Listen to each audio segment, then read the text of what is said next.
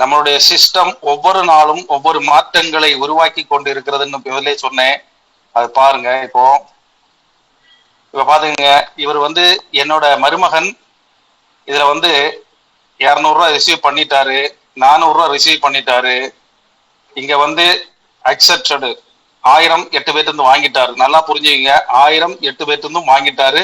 4000 அப்கிரேடும் பண்ணிட்டார். அங்க பாருங்க, 4000 அப்கிரேடும் பண்ணி விட்டார். இப்போ இவரு செய்ய வேண்டியது என்னன்னு பாத்தீங்கன்னா, team member cloning ID open பண்றேன். எந்த ஒரு ஐடி ஆனாலும் சரிதான், குளோனிங் ஐடி பாத்துக்குங்க, நல்லா பாத்துக்குங்க. குளோனிங் ஐடி 5வது ஐடி. 5வது ஐடி வந்து இவர் வந்து என்ன பாருங்க, பேசிக் சென்ஸ் பெண்டிங்ல இருக்கு. அவர் இன்னும் இந்த பணம் அனுப்பல. அதனால ஐடி என்ன பண்ணி வச்சிருக்காங்கன்னா, இப்போ அவரோட ஐடி பிளாக்ல இருக்கு. ஆனால் அவரோட ஐடி எப்பவும் போல ஓபன் ஆகும். ஆனா என்ன இங்க மாற்றம் உருவாக்கி வச்சிருக்காங்க பாத்தீங்கன்னா, அதையும் காமிக்கிறேன். எந்த ஒரு ஐடி வந்து அப்டேட் பண்ணவில்லை என்றாலும் உங்க ஐடி ஓப்பன்ல தான் இருக்கும். நீங்க பாஸ்வேர்டு போட்டு எப்போது போல உங்களுக்கு என்ன பண்ணலாம், ஓபன் பண்ணி பார்க்கலாம். ஆனால் சிஸ்டம் என்ன செய்து வச்சிருக்கிறது அப்படின்றத பார்ப்போம். ரிசீவ் நீங்க கிளிக் பண்ணிக்கோங்க. இங்க பாருங்க, 4000 ரூபாய் அப்கிரேட் பண்ணி இருக்கிறாரு. இப்போ இங்க பாருங்க, 4000த்துல என்னென்ன இருக்கு, பிளாக்டு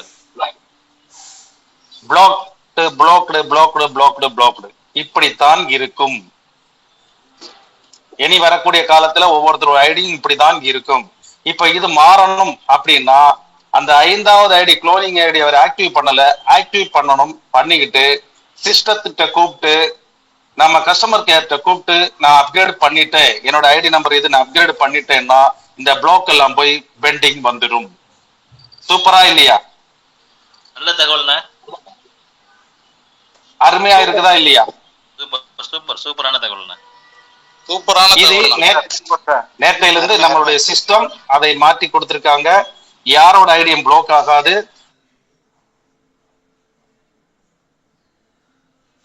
அது பண்ணி விட்டுட்டு நீங்க என்ன பண்ணணும், சிஸ்டத்துக்கு அறிவிப்பு கொடுத்தால் உங்களோட ஐடியில் இந்த பிளாக்டு மாறி பெண்டிங் அப்படின்னு வந்துடும். இது என்னோட தங்கையோட பையனோட ஐடி. நேற்றைக்கு தான் 4வது பண்ணுனேன். இது இன்னைக்கு உங்களுக்கு காமிக்கிறதுக்கு வேண்டிய நான் இன்னும் அப்கிரேட் பண்ணாம வச்சிருக்கேன். இல்லைன்னா நான் வந்த உடனே உட்கார்ந்து அப்கிரேட் பண்ணிருப்பேன். நம்ம எல்லாருக்கும் தெரியணும் அப்படிங்கிறதுக்காக எவ்வளவு நல்லா புரிஞ்சுங்க, எவ்வளவு சீனியாரிட்டியை விட்டு கொடுத்து நம்ம டீமுக்கு, நம்ம ஆட்களுக்கு வேண்டி, நம்மளுடைய குரோர்பதிகளுக்கு வேண்டி நான் காமிச்சுக்கிட்டு இருக்கோம். என் மருமகனுடைய, என் தங்கையோட மகனோட ஐடி. அப்போ நம்மளுடைய டீம் நமக்கு ரொம்ப ரொம்ப முக்கியம். குரோர்பதிகள் நமக்கு ரொம்ப ரொம்ப முக்கியம். அப்படிங்கிறத இந்த இடத்துல நீங்க அத்தனை ஒரு உணர்வு. எந்த ஐடியில நீங்க பிளாக் பண்ணாலும் இந்த ஐடி இப்படிதான் வரும், பிளாக்டு அப்படின்னு வந்துடும். ஆனால் உங்களுக்கு இந்த இன்கம் மட்டும்தான் வருமானா, எந்த இன்கமும் வராது. மேல வந்து எந்த இன்கம் வராது. ஏன்னா நீங்க வாங்க வேண்டிய இன்கம் இது எல்லாமே பிளாக்டுன்னு தான் இருக்கும். அப்ப நீங்க அப்கிரேட் பண்ணிட்டு சிஸ்டத்தை கூப்பிட்டு சொல்லிட்டீங்க அப்படின்னா, அது சொல்ல வேண்டிய நம்பர் 55003. ஞாபகம் வச்சுங்க, 55003. அந்த மொபைல் நம்பர் உங்களுக்கு எல்லா புக்லெட்லயும் இருக்கும். 55003 அந்த நம்பருக்கு மட்டும்தான் கூப்பிடணும். 2க்கு கூப்பிடக்கூடாது. மற்றுள்ள நம்பருக்கு நீங்க மெசேஜ் அனுப்பக்கூடாது. அந்த மாற்றங்கள் இனி பாத்தீங்கன்னா நம்ம சிஸ்டத்துல வருது. என்னன்னு பாத்தீங்கன்னா, என்ன கொரிக்கு எந்த நம்பர் கொடுத்துருக்காங்களோ அந்த கொரியில மட்டும்தான் நீங்க வந்து அதை நீங்க வந்து பாஸ் பண்ணணும். வேற எந்த ஒரு நம்பர்ல நீங்க பாஸ் பண்ணாலும் உங்களுக்கு கொரி எடுக்கப்பட மாட்டாது. இப்படி நிறைய மாற்றங்கள் உருவாக்கி கொண்டு நம்மளுடைய நிறுவன தலைவர் நிறைய விஷயங்களை நமக்கு வந்து எடுத்து கொடுக்க போறாங்க. அதாவது பாத்தீங்கன்னா, ஒரு கோஆபரேட்டிவ் கம்பெனியை விட, அதாவது நம்ம டிசிப்ளின் அப்படிங்கிற விஷயம் நமக்கு ரொம்ப ரொம்ப ரொம்ப ரொம்ப முக்கியம். எந்த கொரி, எந்த ஐடிக்கு, எந்த நம்பருக்கு கூப்பிடணுமோ அந்த நம்பருக்கு மட்டும்தான் நீங்க கூப்பிடணும்.